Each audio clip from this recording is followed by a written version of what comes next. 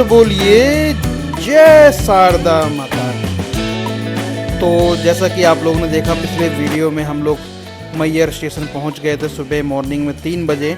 और मॉर्निंग में 3 साढ़े 3 बजे पहुंचने के बाद आप लोग सीधा काउंटर की लाइन में तो मॉर्निंग में काउंटर की लाइन में लगने के बाद आप लोग यहाँ से अपनी रोपवे की पर्ची ले सकते हैं। रोपवे का जो चार्ज है वो 150 रुपीज़ है, जो कि दोनों साइड से बोथ साइड जर्नी के लिए है। आप आ भी सकते हैं, जा भी सकते हैं।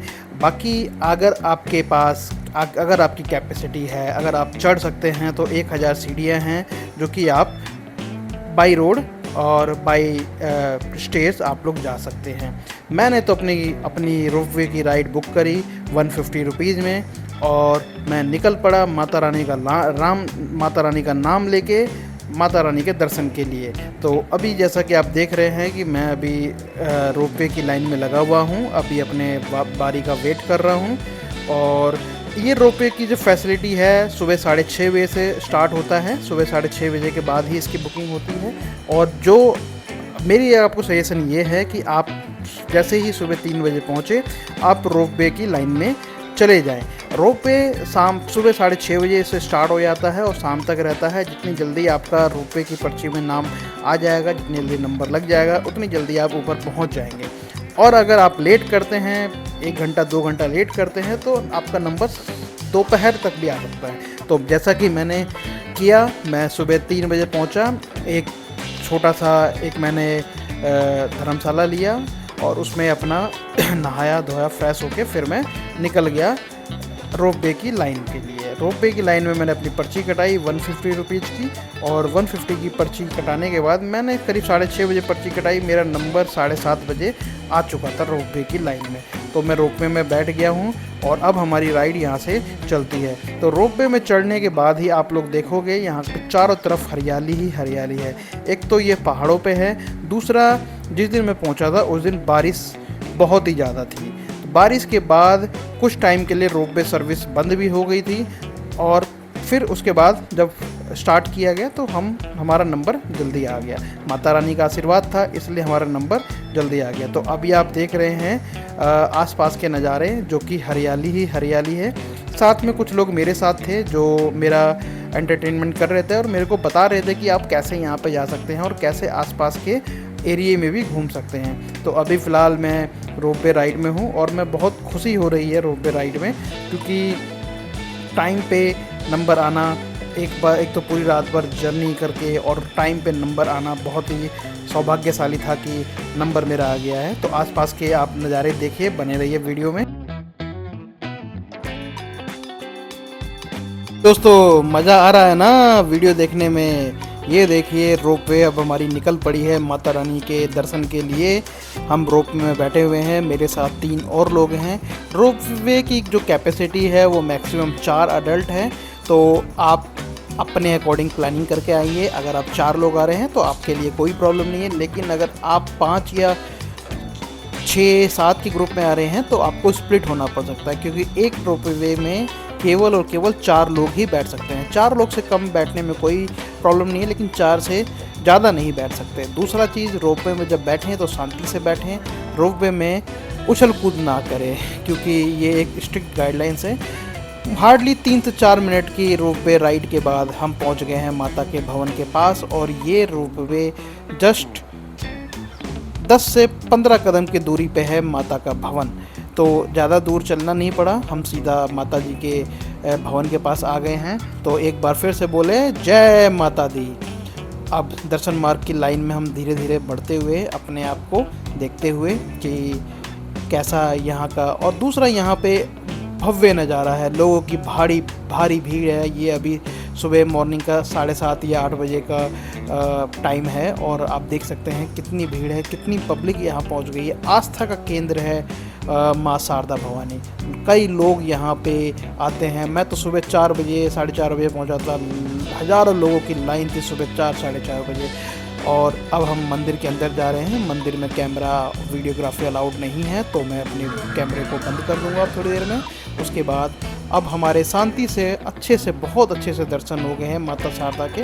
तो अब दर्शन करने के बाद अब हम बाहर निकल गए हैं। यहाँ पे देख सकते हैं लोगों की लाइन, भीड़ अब दर्शन करने के बाद हम लोग थोड़ा देखेंगे आगे का क्या होता है। बाकी आपको मैं बताऊं तो आप यहाँ पे ट्रेन से आ सकते हैं, फ़्लाइट से आ सकते हैं, बाय बस आ सकते हैं। ये आपके ऊपर और आपके कैपेसिटी और मीन्स आपके उस पे अलाउड आपके बजट पे डिपेंड करता है। तो आप बाई ट्रेन दिल्ली से महाकोशल एक्सप्रेस पकड़कर मैयर रेलवे स्टेशन पहुंच सकते हैं। वहां से हार्डली 4 या 5 किलोमीटर का है, जो कि ई रिक्शा या ऑटो वाले 20 रुपये लेते हैं पर सवारी शेयरिंग में। इसके अलावा आप फ़्लाइट से आ सकते हैं, तो नियरेस्ट जो एयरपोर्ट है वो प्रयागराज है, या आप खजुराहो भी जा सकते हैं और वहाँ से बाई टैक्सी पहुँच सकते हैं। इसके अलावा आपके शहर से जो इंटरस्टेट बस सर्विसेज हैं वो भी आपको सीधा मैयर देवी या मैयर बस स्टैंड पे पहुंचा सकती है। मैयर के लिए काफ़ी कनेक्टेड रास्ते हैं। तो अब हमारे माता रानी के बहुत अच्छे से दर्शन होने के बाद अब हम दोबारा से जाते हैं। तो दर्शन करने में ज़्यादा टाइम नहीं लगा हमें, हार्डली अगर मैं टोटल ओवरऑल बात करूँ, अगर रोपवे से ऊपर से पहुँच के और हमने टोटल हार्डली हमें 15 से 20 मिनट में दर्शन हो गए। उसके बाद मैं इधर उधर घूमता रहा, देखता रहा कि और क्या क्या चीज़ें हैं। बाकी जैसा कि मैंने पहले बताया था कि मौसम यहाँ पे ख़राब था, तो बार बार अनाउंसमेंट कर रहे थे रोपवे कभी भी बंद हो सकता है। तो माता रानी के दर्शन करने के बाद मैंने अपना सामान पकड़ा, सामान रखा और मैं अपने सामान को लेके निकल पड़ा नीचे की तरफ। तो एक बार फिर जोर से बोले जय माता दी। अब आप भी देख रहे हैं आसपास के नज़ारे।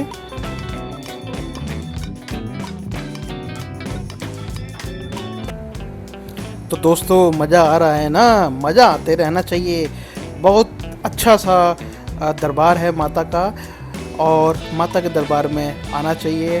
पहाड़ों पे है माता रानी, और माता रानी के बारे में एक कहानी है जो वहाँ के लोकल लोगों ने बताया कि पृथ्वीराज चौहान के टाइम से आला उदल लोग पहली प्रार्थना माता की करते हैं। तो ये मंदिर रात में बंद हो जाता है कम्प्लीटली, पुजारी यहाँ पे मंदिर रात को बंद कर देते हैं। और कहा जाता है कि मॉर्निंग की सुबह की जो पहली पूजा है वो आला उदल करते हैं आके, जो कि पृथ्वीराज चौहान के टाइम से हैं।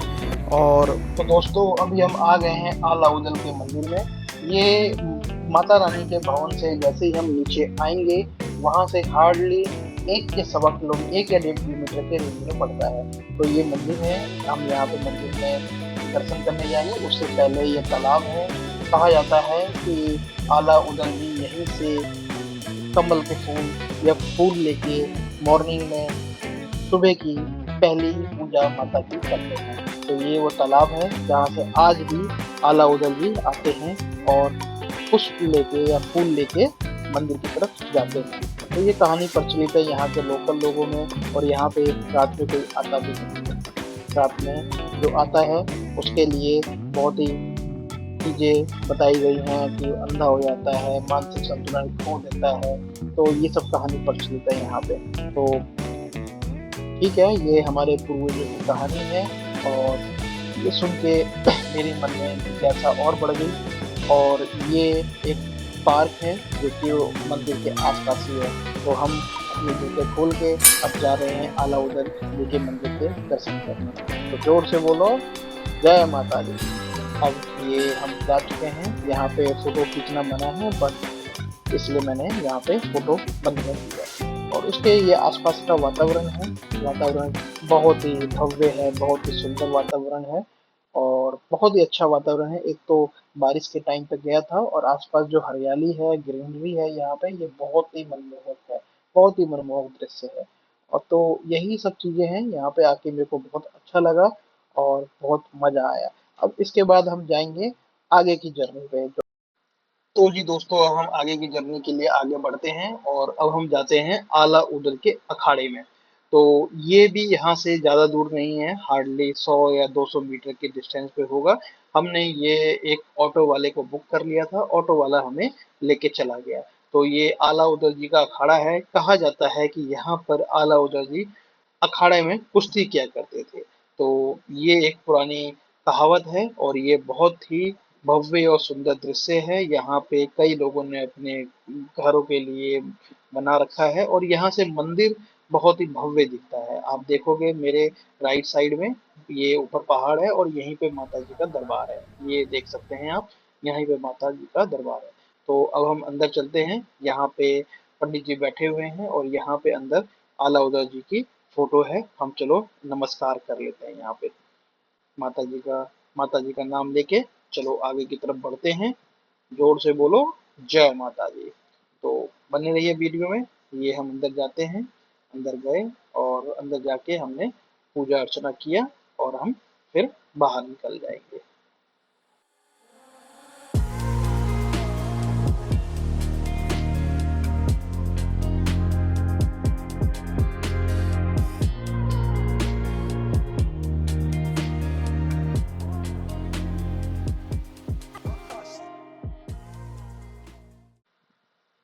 तो जी पूजा पाठ करके अब हम बाहर निकल रहे हैं और अपने नए डेस्टिनेशन की तरफ आगे बढ़ते हैं। बाकी यहाँ की कहानी सुन के मेरे अंदर से एक अजीब सी लहर स्टोरी के प्रति एक अंदर से विश्वास पैदा हो गया। एक इच्छा जाग गई कि भाई कभी हमारे पूर्वज लोग यहाँ पे रहा करते थे, यहाँ पे कुश्ती लड़ा करते थे और आज भी लोगों की आस्था है कि आला उदय जी सुबह की पहली पूजा माता रानी का करते हैं।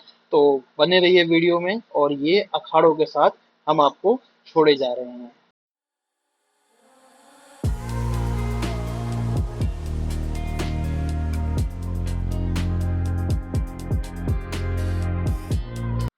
तो जी दर्शन के बाद हम वापस आ गए हैं मैयर रेलवे स्टेशन पे और अब हम वापस की जर्नी कंटिन्यू करेंगे। तो अब मैं वापस की जर्नी आपको दिखा नहीं पाऊंगा क्योंकि मेरी नाइट जर्नी है। ये ट्रेन महाकोस्टल एक्सप्रेस और दिल्ली से चलकर दिल्ली के हजरत निजामुद्दीन से चलकर जबलपुर जाती है और सेम वही ट्रेन जबलपुर से रात में शाम को 6 बजे चलती है और ये मैयर रात में 8 बजे पहुंचती है। 8 बजे मैयर से ये ट्रेन खुलती है तो ये अगले दिन 11 बजे दिल्ली के निजामुद्दीन पहुंचती है। तो ये सेम ट्रेन है जो कि जैसे ये दिल्ली से जबलपुर की जर्नी करती है तय, वैसे ही ये जबलपुर से दिल्ली की जर्नी तय करती है। तो आप मेरे पिछले ब्लॉग में जाके देख सकते हैं कि ट्रेन में क्या सुविधा है, क्या सर्विस है। ऑल दो ट्रेन की सर्विस बहुत बढ़िया थी। अभी मैं मैयर रेलवे स्टेशन के वेटिंग रूम में हूँ। यहाँ पर आप 10 रुपये पर आवर के हिसाब से एसी वेटिंग हॉल में बैठ सकते हैं। अभी मेरे ट्रेन के आने में टाइम था तो मैं यहाँ पे 2 घंटे के लिए बैठ गया था और 2 घंटे के 20 रुपए देने पड़े मेरे को। सर्विस अच्छी है, चार्जिंग पॉइंट है, बीच में कैंटीन भी है। आप लोग कैंटीन में अपना चाय कॉफी ये पी सकते हैं। ये देखिए सामने का नज़ारा बहुत अच्छे वातावरण में है। एटमॉस्फेयर यहाँ का बहुत बढ़िया है। अपने आप 2 घंटे आराम से बैठिए। ये जितना आपको बैठना है आपको उसके हिसाब से बैठना पड़ेगा। इसके अलावा साथ ही स्टेशन में एक डोरमेट्री फैसिलिटी भी है जो कि आवर्स के हिसाब से अपना चार्ज करती है। आप यहाँ पे आके अगर आपको लॉन्ग टाइम स्पेंड करना है तो आप वहाँ पे भी जाके अपना डोरमेट्री बुक कर सकते हैं। डोरमेट्री के जस्ट सामने जाके आप वहाँ पे जाएंगे तो वो आपको अपना पीएनआर नंबर बताना है और पीएनआर नंबर जो मैंडेटरी है। Because without PNR number they will not allow, वो आपको अलाउ नहीं करेंगे। पीएनआर नंबर होना जरूरी है।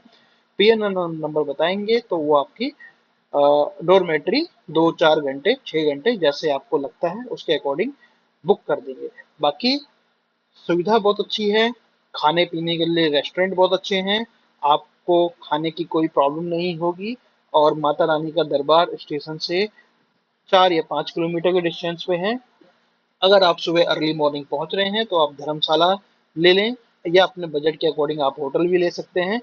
ऑल्दो आपको यहाँ पे ज़्यादा देर होटल में पैसा खर्च करने का कोई फायदा नहीं है क्योंकि आप अगर होटल में टाइम लगाएंगे तो आपको पूरा दिन लग जाएगा। और जैसा मैंने किया सुबह 3 बजे स्टेशन ने छोड़ा और मैं सीधा जर्नी मेरी यात्रा सफल रही।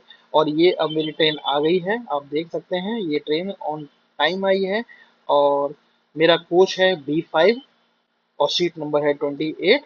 तो अब मैं अपने दिल्ली के सफ़र के लिए कंटिन्यू करता हूँ। तो अगर आपको मेरी ये वीडियो पसंद आई, अच्छी लगी तो प्लीज चैनल को शेयर करें, लाइक करें, हाइप करें। और ये वीडियो मैंने बहुत ही ये वीडियो मेरे को बनाने में बहुत मेहनत लगा है, तो प्लीज प्लीज प्लीज लाइक करें, शेयर करें, ताकि मैं इस तरीके की और वीडियो आपके लिए लेके आता रहूं। तो जय माता दी।